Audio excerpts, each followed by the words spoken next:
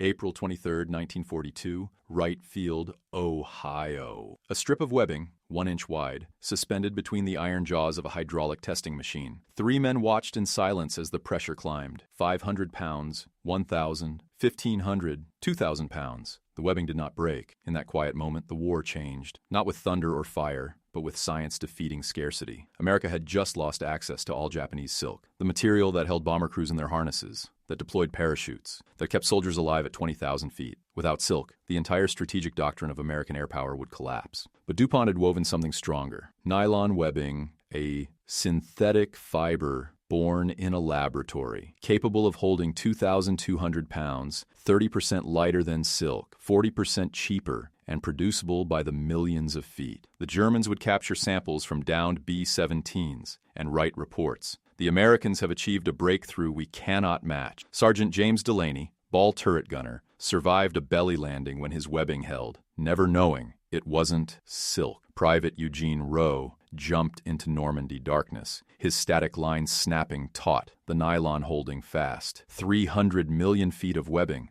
enough to stretch to the moon and halfway back, became the invisible thread that helped win World War II. This is the story of how America had no silk for bomber gunner harnesses, so DuPont wove nylon webbing that held 2,000-pound loads and changed the world forever. April 23, 1942, Wright Field, Dayton, Ohio. The morning sun cut through the steel-framed windows of the materials testing laboratory, casting long shadows across the concrete floor. The air smelled of machine oil and fresh coffee, the familiar scent of American industry at work. In the center of the room stood a hydraulic testing apparatus, a brutalist sculpture of steel pistons, pressure gauges, and calibrated weights. Suspended between its iron jaws was a length of webbing, 18 inches long, 1 inch wide, the color of pale wheat. 3 men stood watching. Captain Harold Morrison of the Army Air Force's Material Command, Dr. Ernest Gladding from the DuPont Experimental Station, and a young technician whose name would never appear in any report, though his hands would operate the machine that proved the impossible. The technician adjusted the pressure valve. The hydraulic arm began its descent, slow and inexorable, like the hand of fate itself. The webbing tightened, 500 pounds. The gauge needle climbed, 1,000 pounds. The webbing held, taut as a bowstring,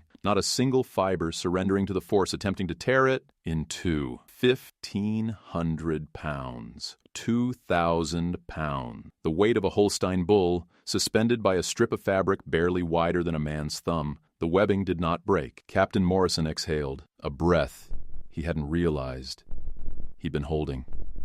Dr. Gladding made a notation in his leather-bound journal, his handwriting precise and unhurried.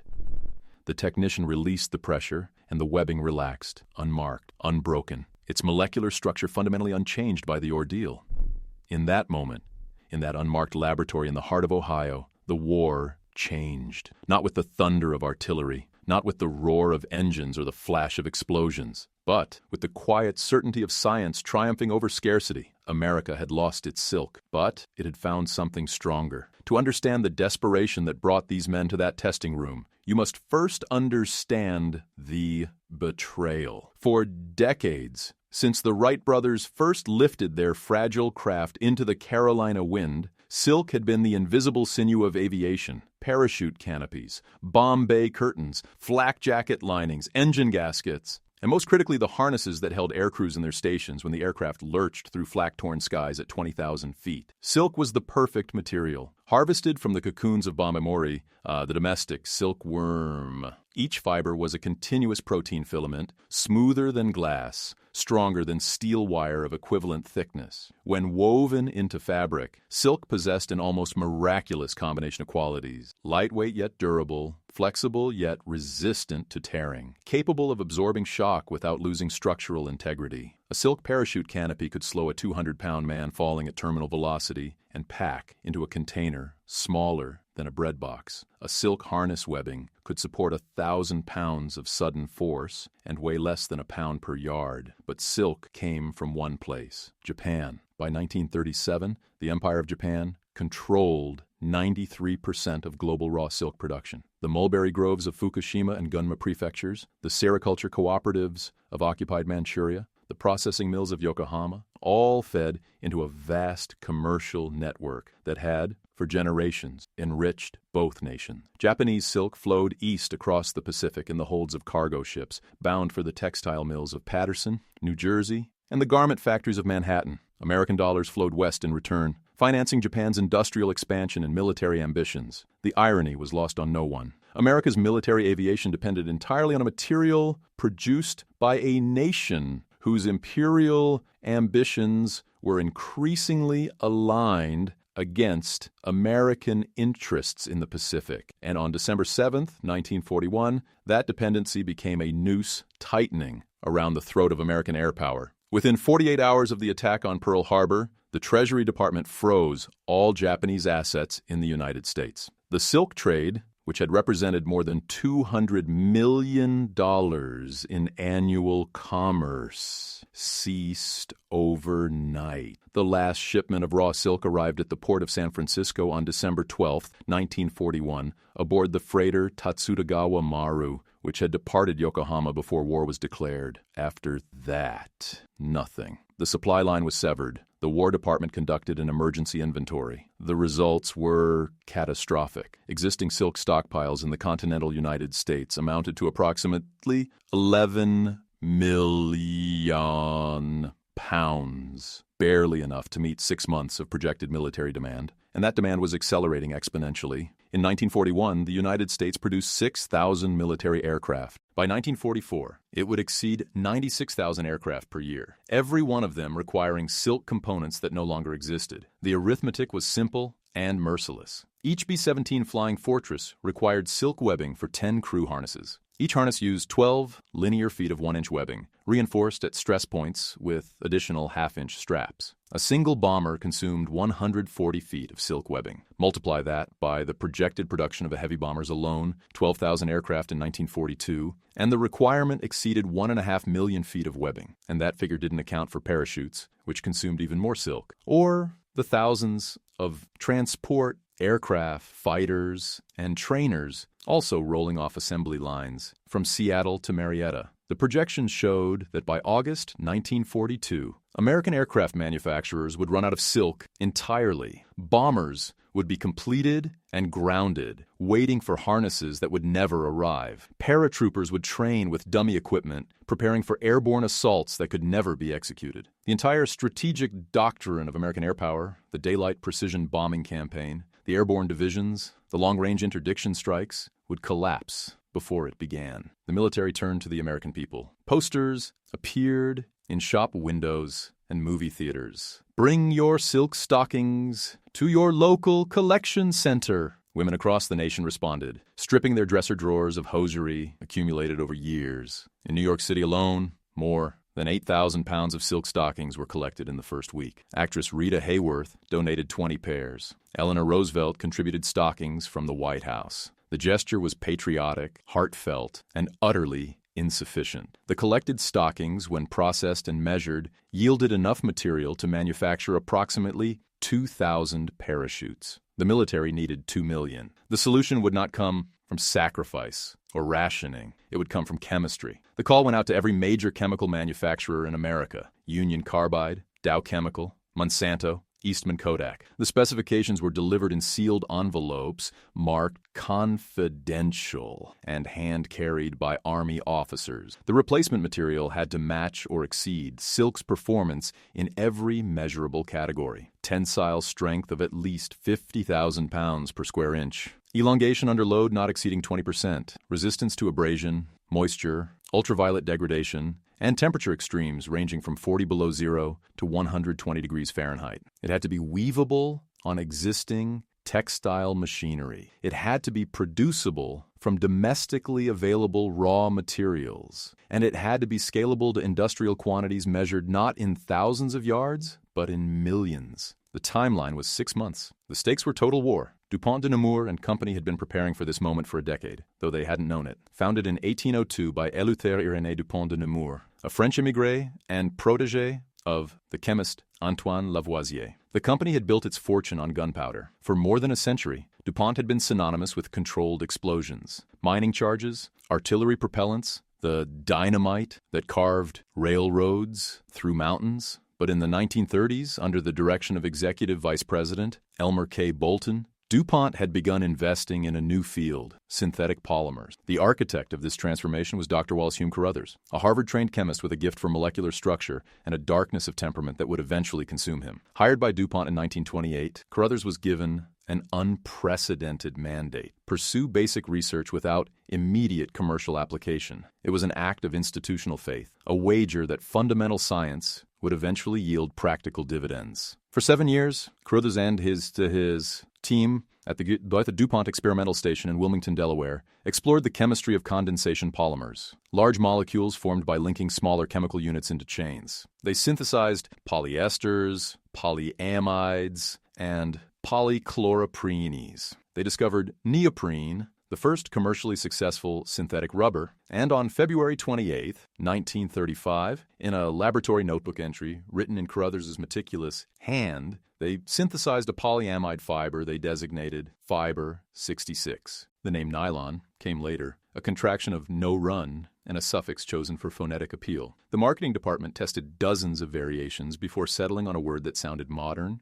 industrial, and faintly futuristic. But the chemists knew it by its chemical designation: polyhexamethylene, adipamide, a polymer formed by combining adipic acid and hexamethylene diamine under heat and pressure. The resulting molecular chains were linear, crystalline, and capable of being drawn into filaments thinner than a human hair, yet stronger than steel wire of equivalent diameter. When DuPont unveiled nylon stockings to the public at the 1939 New York World's Fair, the response was euphoric. The material promised liberation from silk's scarcity and expense. It was elastic, sheer, and virtually indestructible by the standards of the day. On May 15, 1940, N-Day, in DuPont's marketing parlance, 4 million pairs of nylon stockings went on sale across the United States. They sold out in 4 days. Women lined up outside department stores before dawn. Stores in major cities imposed rationing, no more than 3 pairs per customer. The New York Times declared it a triumph of American chemistry over natural scarcity. The military had been watching, and when the silk vanished, they came calling. But transforming a stocking into a harness was not a simple matter of scaling up production. The challenges were fundamental, rooted in the nature of the material itself. Silk had evolved over millennia of natural selection to be strong, yet flexible. Designed by biology to protect a metamorphosing insect, nylon had been designed in a laboratory over the course of a decade, optimized for appearance and commercial appeal. Making it military grade required rethinking everything from molecular structure to manufacturing process. The first problem was heat. Nylon fibers, when woven under tension, generated friction, and friction generated heat, and heat caused nylon to do something silk never did. It melted. Early prototype webbing emerged from the looms with fused fibers, creating weak points that failed catastrophically under load. The engineers tried slower weaving speeds, but that reduced production capacity to unacceptable levels. They tried looser weaves, but that sacrificed the density required for load-bearing applications. The solution came from an unexpected quarter: the fire hose industry. For decades, fire hoses had been manufactured using a tubular weaving technique that created seamless fabric tubes capable of withstanding high internal pressures. DuPont engineers adapted this method, creating a tubular nylon webbing that eliminated longitudinal seams entirely. The woven tube was then heat set, exposed to carefully controlled temperatures that stabilized the crystalline structure of the polymer chains without melting the fibers. The result was webbing that could be woven at commercial speeds without generating destructive heat. The second problem was stretch. Under sudden loads, the kind experienced during a parachute deployment or a high G maneuver, early nylon webbing elongated by as much as 30% before recovering its original length. This was unacceptable. A harness that stretched could allow a crewman to be thrown against bulkheads or equipment. A static line that stretched could delay parachute deployment by critical seconds. The solution required altering the molecular structure itself by increasing the degree of polymerization, the length of the molecular chains, and by drawing the fibers under tension during extrusion. DuPont chemists created a material with higher crystallinity and reduced elasticity. The nylon molecules aligned in parallel, locked in a structure that resisted deformation. The resulting webbing elongated by less than 8% under load, well within military specifications. The third problem was durability. Military equipment had to survive conditions that would destroy civilian goods. Prolonged exposure to salt water, aviation fuel, hydraulic fluid, ultraviolet radiation, and temperature extremes. Early nylon webbing degraded when exposed to moisture and sunlight, the polymer chains breaking down through a process called hydrolysis. Dupont chemists treated the webbing with stabilizing compounds, antioxidants, and UV inhibitors that dramatically extended its service life. By March 1942, after 9 months of intensive development, Dupont had created a nylon webbing that met or exceeded military specifications in every category. Tensile strength, 55,000 pounds per square inch. Load capacity, 2,200 pounds without permanent deformation. Weight, 30% less than silk. Cost, 40% less per linear foot. Production capacity, 12,000 linear feet per day per loom, with the ability to scale to hundreds of looms within 6 months. The Army Air Forces approved it for immediate deployment. The first production run went to Boeing's Seattle plant, where B-17 bombers were being assembled at a rate of 16 per day. The men who wore those harnesses never saw the laboratories.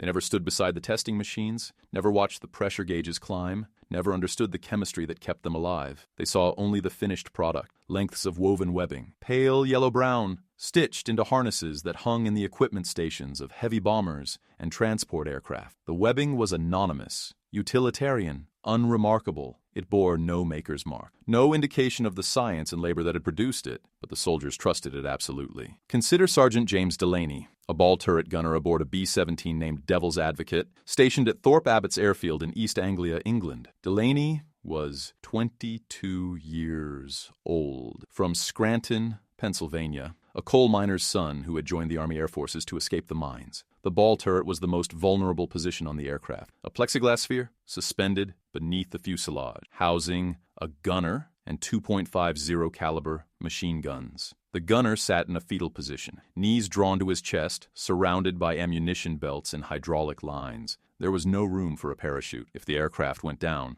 the ball turret gunner had seconds to crank himself back into the fuselage, clip on a parachute, and bail out. Delaney's survival depended on the harness webbing that secured him to the turret's frame. During evasive maneuvers, the aircraft could pull forces exceeding 4 Gs. Delaney's body weight, 156 pounds, effectively became 624 pounds. The webbing absorbed that force, distributed it across his shoulders and waist, kept him anchored while his hands worked the gun controls. On March 6, 1943, during a raid on the Krupp Munitions Works in Essen, Devil's Advocate took a direct hit from an 88mm flak shell. The explosion severed the ball turret's hydraulic lines and jammed the rotation mechanism. Delaney was trapped, suspended beneath a crippled aircraft, unable to move or bail out. The pilot, Lieutenant Robert Farnsworth, managed to coax the damaged bomber back to England. The landing gear wouldn't deploy fully. The ball turret couldn't be retracted. Farnsworth had to belly land the aircraft with Delaney still in the turret, inches from the runway. The impact sheared off the turret's plexiglass dome and crushed the gun mounts, but the harness webbing held.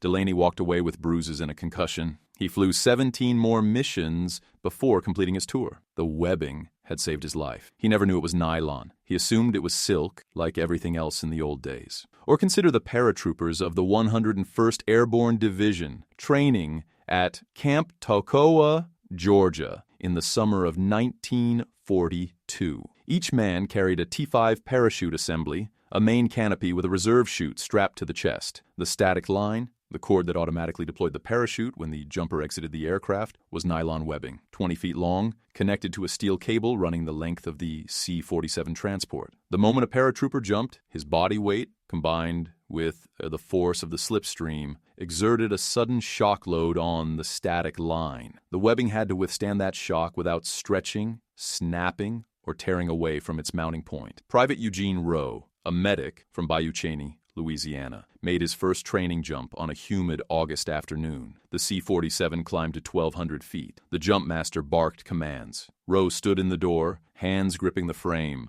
wind tearing at his uniform. The jump master slapped his shoulder. Rowe jumped. For an instant, he was weightless, suspended in the roar of the engines and the rush of wind. Then, the static line snapped taut. The shock felt like being hit by a truck. His body decelerated from 120 miles per hour to 30 miles per hour in less than a second. The webbing held. The canopy blossomed above him, 28 feet of nylon ripstop fabric, and Rowe descended through the Georgia heat, alive and uninjured. 2 years later, on the night of June 5th, 1944, Rowe would make another jump, this time into Normandy, under fire, in darkness, his medical kit strapped to his leg. The static line would hold then, too. And Rowe would survive the war, return to Louisiana, and never once think about the chemistry that had kept him alive. The webbing held. That was all that mattered. The Germans discovered the nylon webbing in the wreckage of a B-17 that had been shot down over the Ruhr Valley in August 1942. Luftwaffe intelligence officers cut samples from the harnesses and forwarded them to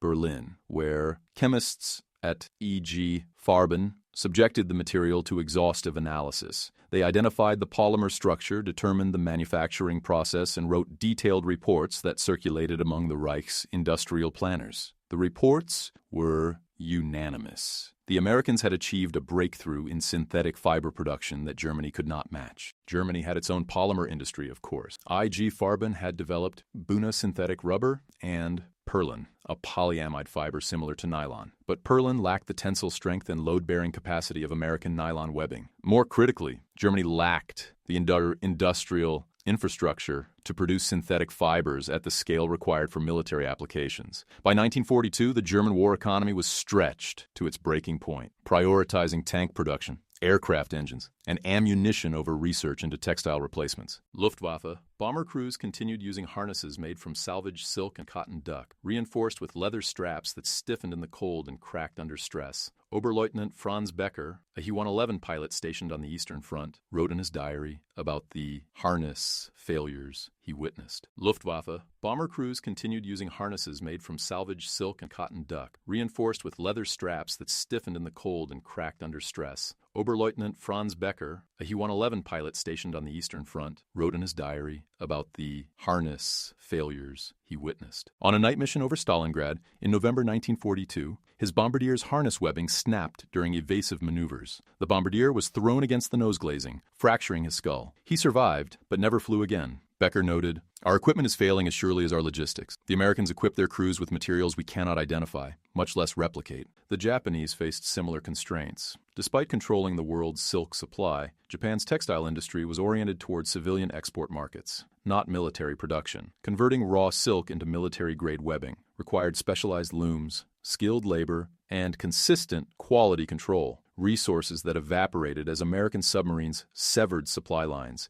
and B-29 superfortresses turned Japanese industrial cities into ash. By 1943, Japanese bomber crews were making do with hemp and linen harnesses that rotted in tropical humidity and snapped under stress. The material disparity was just one thread in a larger tapestry of industrial asymmetry, but it was a telling thread. America had not merely adapted to the loss of silk, it had innovated. It had synthesized a replacement material that outperformed the natural product in almost every measurable way, and it had done so in less than a year, scaling production from laboratory, prototype, to millions of linear feet of finished webbing. This was the machinery of American democracy in motion. University laboratories collaborating with corporate research divisions, government agencies, coordinating with private manufacturers, all aligned toward a common objective without the need for centralized authoritarian control. The system was messy, decentralized, occasionally chaotic, but it worked. It worked with a speed and efficiency that left the Axis powers scrambling to keep pace. The nylon webbing became more than a material. It became a symbol, though the soldiers who depended on it would never have articulated it in those terms. They simply knew that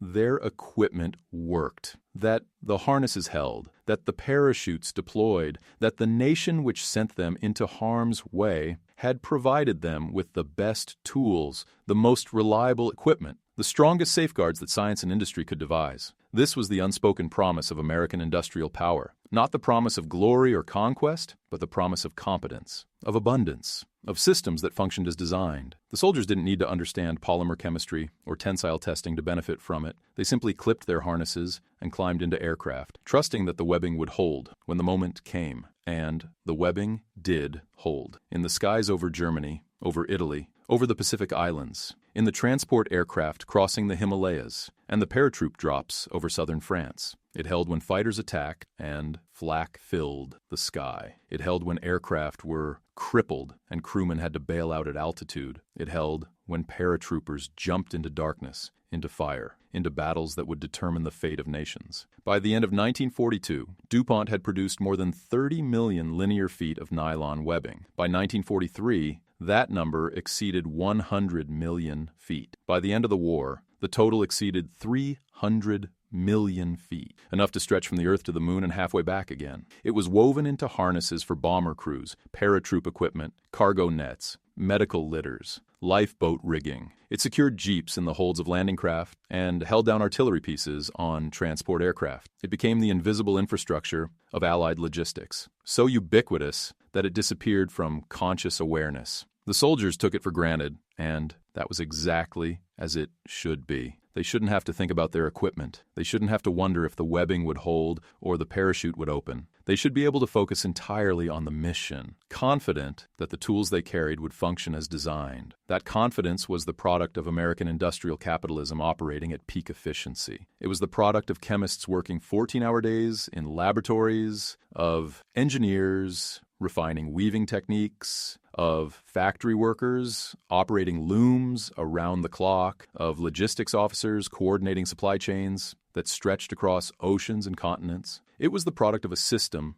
that rewarded innovation, that invested in basic research, that could pivot from stockings to harnesses in less than a year without collapsing under the strain. The nylon webbing was a small piece of that system, but it was an essential piece. And in the hands of the men who depended on it, it became something more than a length of woven polymer. It became evidence, proof that the nation they fought for could deliver on its promises. That American industry could outproduce, out-innovate, and outlast any adversary. The war ended. The bombers returned home, their crews exhausted, aged beyond their years, haunted by memories they would carry to their graves. The factories fell silent. The production lines that had churned out millions of feet of webbing were retooled for peacetime goods. Nylon stockings returned to department store shelves. The harnesses were stripped from surplus aircraft and sold for pennies on the dollar to civilian buyers who used them for cargo rigging and industrial applications. The webbing outlasted the war by decades. In the 1950s, it was repurposed for mountain climbing harnesses, tested on the slopes of the Cascade Range and the rock faces of Yosemite. In the 1960s, it was used in the early space program. Astronauts in Mercury capsules secured by nylon webbing originally designed for bomber crews. In the 1970s, it appeared in automobile seat belts, saving lives on highways just as it had saved lives in the skies over Europe. The material became so commonplace, so thoroughly integrated into modern life, that its origins were forgotten. Few people knew that the seat belt holding them in their car during a sudden stop was descended from the harnesses that held waist gunners in place when flak tore through bomber fuselages. Few people knew that the climbing harness securing them to a mountain wall was the spiritual successor to the paratrooper static lines that deployed over Normandy, but the legacy remained, not in monuments or memorials, but in the material itself, in the molecular structure of polyamide chains that continue to bear loads, to resist stress, to hold fast when forces try to tear them apart. Dr. Wallace Carruthers never saw the webbing that bore his legacy. He died by his own hand in 1937, 5 years before the first nylon harnesses were tested at Wright Field. He struggled throughout his life with depression, a darkness that no scientific triumph could dispel. He would never know that his creation saved tens of thousands of lives, that it helped win a war, that it transformed the relationship between chemistry and warfare, between scarcity and abundance, between natural materials and synthetic innovation. But the webbing remembered, in every harness, in every parachute, in every piece of equipment that bore the load